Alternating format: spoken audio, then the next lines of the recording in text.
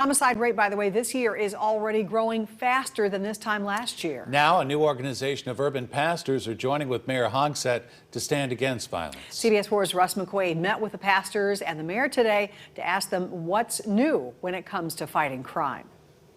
Behind me, you see the 2000 block of East 46th Street, where one of the last 271 homicide victims of 2021 was felled by gun violence, a trend that Mayor Hogsett and a new group of pastors are hoping to turn around in 2022.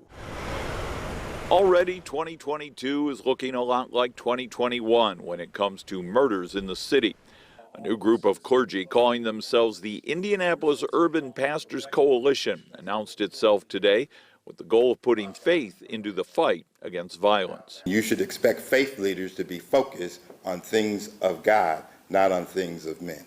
Which is why the coalition would prefer not to talk about the guns in their communities, despite the fact that guns were determined to be the cause of death in more than 85% of the 271 homicides in 2021. The use of guns and the reduction of the availability and access to guns would be important, but it not only is it the elephant in the room, it's the divider in the room. As for Mayor Joe Hogsett, he's earmarked $15 million this year to community-based anti-violence programs.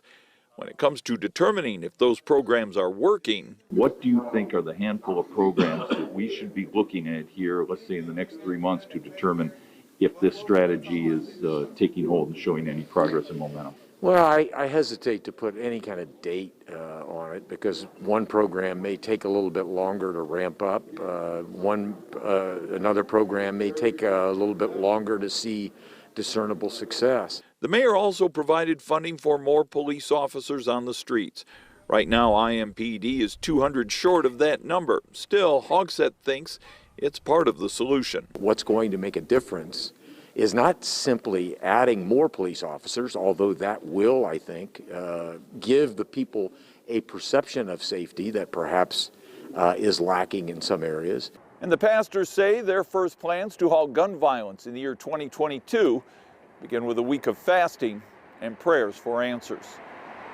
On the north side, Russ McQuaid, CBS 4 News.